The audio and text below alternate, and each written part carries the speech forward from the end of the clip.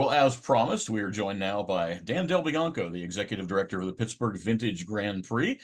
We want to talk all things Vintage Grand Prix with Dan, but one thing in particular we're going to get into a little bit is something that might come as of particular interest to stock car racing fans.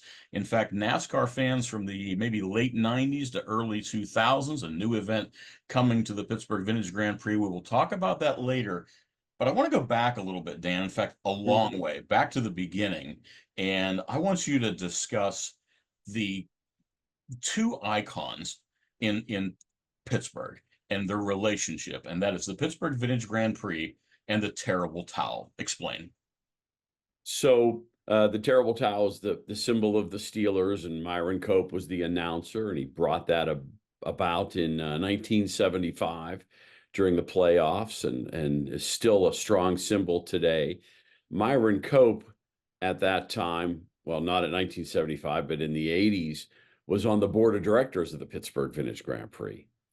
He has a child. At that time, he had a child at the Autism Society of Pittsburgh, had helped Myron with his son and placed him at Allegheny Valley School. So Myron and his family and his son have a relationship with both charities that are involved with the Pittsburgh Vintage Grand Prix. I got to know Myron for 15 years while I was here. As I said, he was on the board of directors, and we've even done a terrible towel for the Vintage Grand Prix. So two pretty strong symbols here in the city. So this year's Vintage Grand Prix, I have the flyer here somewhere. Here we go. You'll be honoring the Mini, which is a cool little car. I mean, I've loved the Minis down through the years. And of course, they got reincarnated here about, a couple dozen years or so ago. But you also added, sort of as a late ad, you were approached by a group celebrating the 60th anniversary of the Ford GT40. That's got to be exciting. Yeah, so interestingly enough, I'm gonna pop There you go. pop them up behind me, both posters. And so the interesting part of this is that, let's see, which way do I lean? This way. We did the poster with the Mini on it, and we chose the Gulf Oil colors because it's an actual car that races with us, and I've always loved the Gulf Oil livery. And Todd Cook created the poster, and we were off and running. And a week later, we got a call from Rick Muck, who runs the GT40 reunion, and said, we'd like to come and be a part of your event at Pitt Race and have our 60th reunion up there. That was a natural for us, and we jumped on it. And the next phone call I made was to the artist, and I said, you did a great job on that first poster. Would you like to do another? And the good news is it's still Gulf Oil livery. So most people would think that the GT40 poster came first and then the Mini, but it was actually the other way around, all Providence. 60th anniversary of the GT40, of course, depicted in the movie Ford versus Ferrari, when Carroll Shelby and Ken Miles put Enzo Ferrari and the rest of the racing world on notice. Ford has come to race. Exactly. And the Gulf Oil GT40 that we show has a lot of history right here in Pittsburgh with John Wire Automotive, and the Gulf Oil was headquartered here in Pittsburgh at the time and funded the team. So I'm back to the flyer again, which I picked up, I forget, somewhere. And 10 days, roughly 10 days, a couple of other external events as well that makes it a little bit longer, but a 10-day event, everything. I mean, Dan, there's everything you'd want to do, not just the racing. I've always loved the name Black Tie and Tailpipes Banquet. That's I'm sure several $100 a plate banquet that helps out the charities. And then just all these different, the historics of Pit Race, obviously we'll touch on that with the new series coming, obviously Shenley Park, and then everything in the middle, the Swickley Park. You have invite only car shows. You have a big you still have the big car cruise at the waterworks, or the waterfront. Is that correct? Correct. And that's been a huge event for you every year. And then it all ends on the weekend, the first weekend in August, the 3rd and 4th, and that's at Shenley Park. Tell me something. You have a favorite event? I don't. Love them all, enjoy them all. So it's kind of a Mardi Gras for cars for 10 days, and it just rolls into itself, one event after the other. Big car show, small car show, private party, car crews in a parking lot, cars parading through the city. It just, everyone is different, and they all have their own personality. They all have now a team of volunteers that runs each one. So the idea of it really being a family and having each one having a little something unique, but it's all in common leading up to what we do in Shenley Park, because really all of these events were created to really build excitement and exposure for the weekend to come. Because 1983, our first year, it was a one-day event and it was done. And then we started to build events in front of it. And the black tie event that you mentioned was created and staged a week earlier from the hopes that people would get their picture in the paper a week earlier and start to promote it, because things were done a little differently 30, 40 years ago. Certainly were. 1983, that's a while ago, and you've been at the helm about half that time. Yeah. You mentioned volunteers. I saw an interview with you not too long ago. You're honoring 25-year volunteers this year, and you have a couple of hundred that are eligible to be honored for 25 years of service. That's a lot of volunteers. That's an amazing number. In fact, I have a patch right here on my desk with me, which isn't going to show up. There you go. Yeah, 400 volunteers that have been here that long Wow. is mind-boggling. That's remarkable. Because even for those that started when they were 20, 25 years old, they're in their 50s, but we've got a lot of people that started in their 40s and 50s. We're going to take a short break. We'll be back with more of Dan DelBianco, the Pittsburgh Vintage Grand Prix, and we return with more Rapping on Racing. And we are back with Dan DelBianco, the Executive Director of the Pittsburgh Vintage Grand Prix. Okay, Dan, we teased it a little bit before. You have a brand new event coming.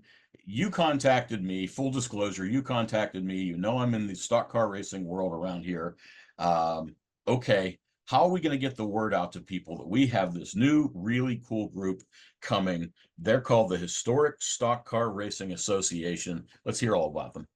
So they were formed just a couple of years back, and they're building in popularity. And it's a lot of the NASCARs from the 90s into the 2000s. Has a lot of local ties. Scott Dolphy, who works out at Pit Race, is involved, and another local, Chris Evans. And so they're just building this up and getting a following around the country. And it's great to see and hear those cars race right here in our track. They'll all be paddocked together out at Pit Race, and we can't wait. And I've seen a little bit of it on your website, or some pictures. We're talking about cars from the late, and these are the actual NASCAR stock cars, correct? Retrofitted for road racing. Had to compete in one of the NASCAR series. Okay. The actual car itself, not a backup car. And they seem to be pretty much lettered the same way they were when they ran on the track. I know the Dale Earnhardt Jr. Budweiser car is on there. You're talking 97, 98 to, I think, early 2000. So, you're talking about the final days of Dale Earnhardt Sr., Ricky Rudd, Rusty Wallace, Jeff Gordon. I mean, the list goes on and on of people that we all loved around the 50th anniversary of NASCAR. And here we are 25 or so years later. And we can look back and, talk about reliving history. These are cars that, these cars themselves, or ones like them, raced at Sonoma and raced at Watkins Glen, and now they're going to be on a road course right here in Beaver County, right here at your event, Pittsburgh Vintage Grand Prix historic event. Yeah, I can't wait to see them up close, and I've met a couple of the drivers already. The sound of these and the speed of them is incredible. I've talked to some folks that race them, and it's like trying to steer a rocket ship. And we've had one or two appear with us as part of other groups, but this will be a completely dedicated NASCAR group. Well, as I said, I think of particular interest to, the local stock car racing fans. I think this is something they want to get up to. Now, where are we going to see this? I already mentioned it, but tell us about Pit Race. So yeah, Pittsburgh International Race Complex on the PA Turnpike on your way over at the very edge of the state before you get into Ohio. Fabulous track that's been around for 20 years. They expanded it, I'm going to guess 5-6 years ago. Spectacular, wonderful technical track. Everyone that races loves it. There's not that many public events. A lot of it is for car clubs and testing, et cetera. So we're happy to be one of the few public events and one of the largest events as well. We'll probably have 10,000 people a day out there at the races. And so that's So July 26, 27, and 28. just going to ask that, July. That's the first race weekend of the 2 race weekend and everything in between of the Pittsburgh Vintage Grand Prix. So that is unlike the Grand Prix at Shenley Park, which is a donation only entry, sort of. The pit race, the Pittsburgh International Race Complex, the Historics, that is a ticketed event. Is that correct? It is, and so you can get tickets online now for $25 or at the gate for 30. And there's options to come inside and park up on Spectator Hill, which is spectacular, or to park under the water tower and watch the races. So let's go back to the beginning, or not to the beginning, but the beginnings of this was at Shenley Park. Talk quickly about your Shenley Park weekend then in the August 3rd and 4th. So still the same track setup that we had starting back in 1983, 2.3 miles through city streets, complete with stone walls and hay bales, telephone poles and whatnot. And it takes us about a week to kind of get things set up with hay bales and snow fence and get the whole track set up and race right through the streets all day Saturday and all day Sunday. And then the crowd packs up on the golf course for the most part, on the Bob O'Connor Shenley Park golf course, where we get 50,000 people a day up there watching the cars race through the streets. It's just an awesome event. I've been there a number of times. I've been also up to the Historics. I like them equally, but seeing those cars along the stone walls, and they're so old, the cars that race at Shenley, I mean, you're talking cars that are close to 100 years old. Go. All right, we're going to let you go on this. I want you to talk about the charities. Now, I will admit that I think, like most of America, I was introduced to autism by Dustin Hoffman. I really think that we knew nothing about it. At least I didn't. And now I think, thanks to the research that you've been able to fund with everything you do, and of course other outfits around the country, we know so much more about it now. We also know so many of us are impacted by people we know. I have 2 nephews, both on the spectrum. I think everybody knows somebody that we didn't realize it was a thing 40 years ago.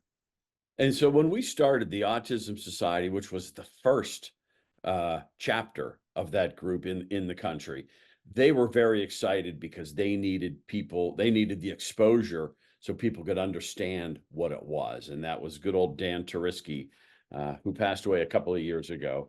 So early 80s was really when this was just coming to the forefront that people began to understand it.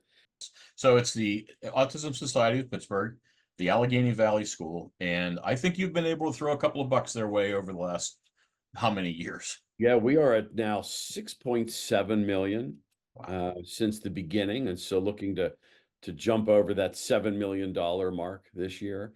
And so much of what we do is driven by that, for the funds for those less fortunate. And both of those charities and the families of those charities are very active as volunteers. And so we've selected a team of ambassadors, individuals or residents of both of those charities that come out to the events. They wear a sash. They're very excited to be at the events. And it's a constant reminder of why we do this.